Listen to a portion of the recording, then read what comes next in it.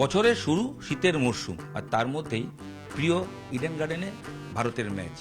সব মিলিয়ে একটা উৎসব মেজাজ, আর উৎসবের মেজাজে কি কি থাকছে মেনুটা জানার জন্য সিবি প্রেসিডেন্টের সঙ্গে জানবো।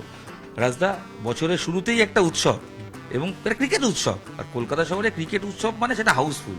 প্রথমে যদি জিজ্ঞেস করি, টিকিটের যা চাহিদা, যে লাইন পড়ছে, যা বিক্রির যে যেদিন বিক্রি হলো, তাতে লোকের এখনো কিন্তু হাহাকার আছে, এবং ইতিমধ্যেই লোক টিকিট হবে কিনা জানতে চাইছে। অনলাইনে টিকিট সোল্ড আউট বলছে।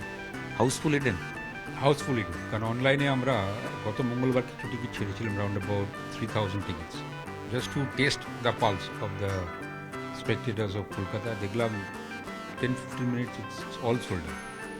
তারপর আমরা 14 তারিখ থেকে গেট সেল করি, লম্বা লাইন দেখলাম খুলেছে। বাট আমাদের কি আছে, we give priority to clubs, ক্লাবের একটা কোটা আছে। এবার ক্লাবস 17-18 তারিখে টিকিট তুলছে, আজকে কিছু ক্লাব টিকিট তুলেছে, কাল তুলবে।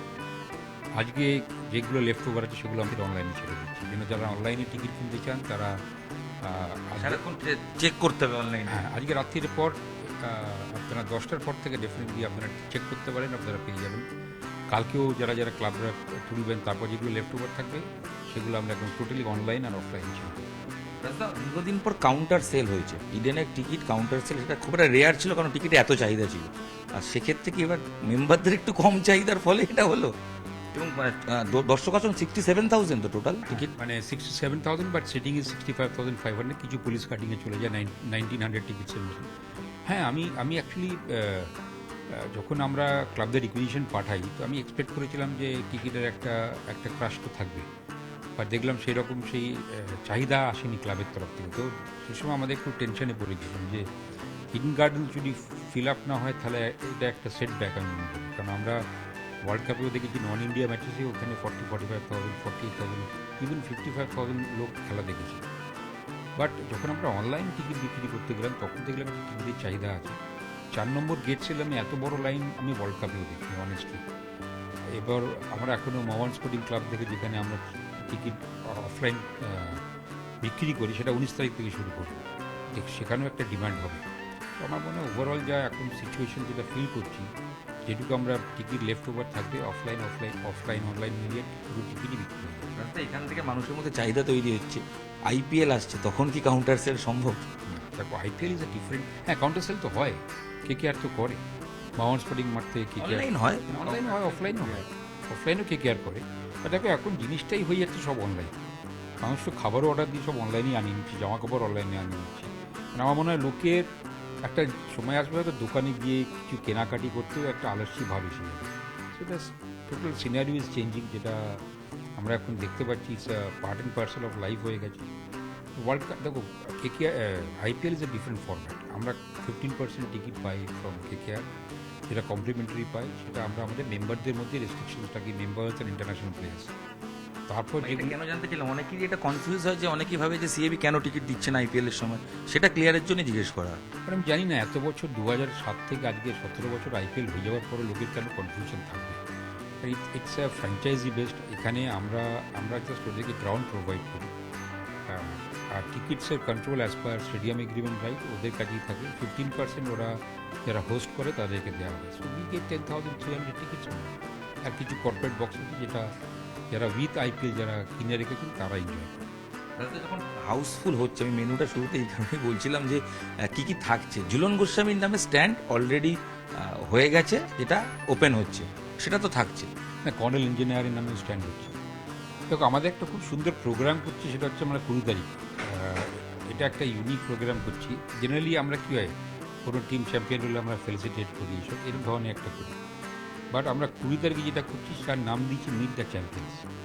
It's not a kind of felicitation, কারণ আমরা ওটা তো আমরা যখন প্রাইজ ডিস্ট্রিবিউশন হবে সেটা করি আমরা সেপ্টেম্বরে।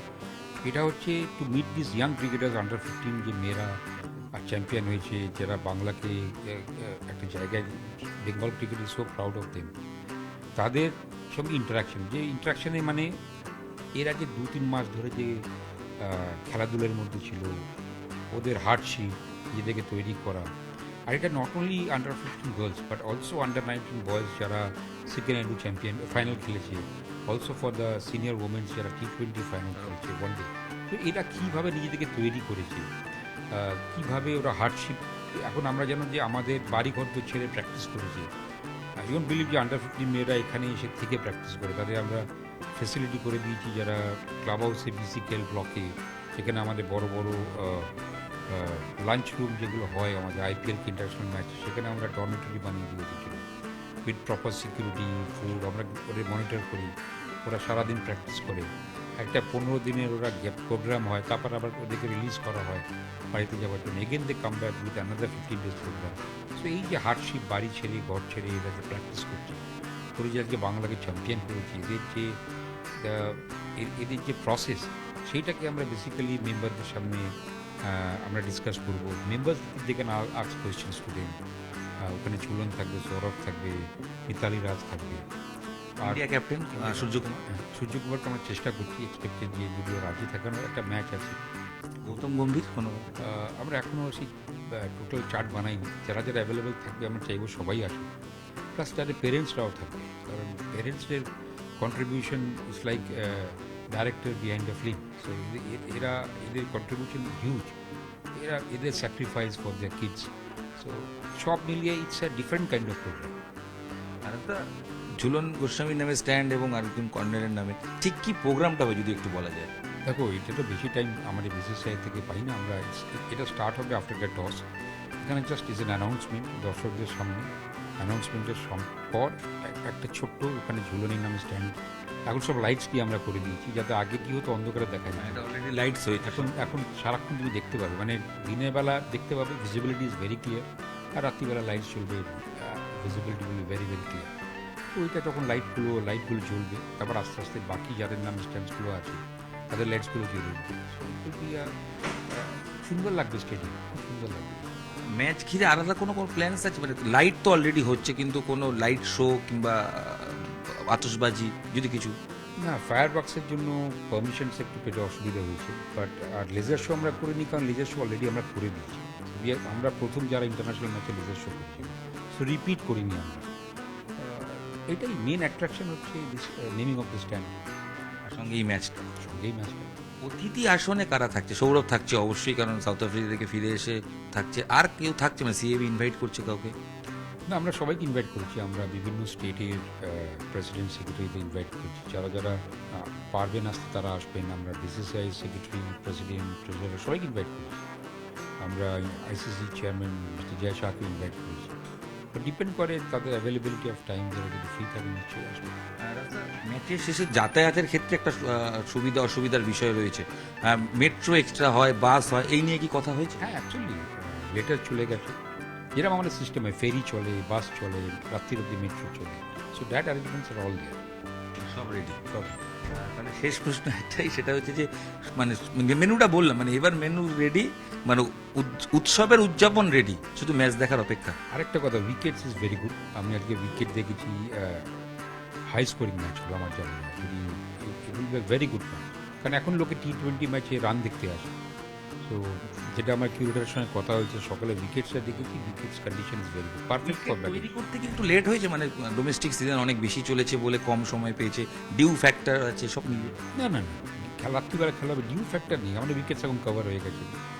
আর যে কোনো T20 ম্যাচের আগে বোর্ড একটা 10 দিনের উইন্ডো দেয় প্রিপারেশন অফ উইকেটস, তো আমরা সেইভাবে উইকেটস প্রিপেয়ার করছি। শেষ প্রশ্ন, কোনো দুটো টিমে যেহেতু ইংল্যান্ড আসছে বা 2 বছর পর T20 হচ্ছে, টিমকে কোনো সংবর্ধনা বা কোনো প্রোগ্রাম কিছু প্ল্যানে? না, এরকম কোনো প্রোগ্রাম আমরা বোর্ডের থেকে অ্যাপ্রুভাল নিয়েও নি, আমরা অ্যাপ্রুভাল চাই না। হাউসফুল ম্যাচ, শুধু ম্যাচের অপেক্ষা, absolutely high scoring. High scoring. আমরা কথা বলছিলাম সিএবি প্রেসিডেন্টের সঙ্গে, হাউসফুল ইডেনের অপেক্ষা, এবং তার সঙ্গে অবশ্যই বাড়তি পাওনা ঝুলন গোস্বামীর নামে স্ট্যান্ড ওপেনিং, আর তার আগে বিশেষ অনুষ্ঠান যেখানে মিতালি রাজ, সৌরভ, ঝুলন মিলে অনূর্ধ্ব 15 মহিলা টিম যারা চ্যাম্পিয়ন হয়েছে তাদের সংবর্ধনা শুধু নয়, তাদের মুখ থেকে শোনা কথাগুলো সবাই শুনবেন, একটা মোটিভেশনের জায়গা তৈরি হবে। সব মিলিয়ে বছরের শুরুতে ক্রিকেট উৎসবে ভাসতে তৈরি শহর কলকাতা। ক্যামেরায় অসিতের সাথে ইরন রায় বর্মন, নিউজ 18 বাংলা।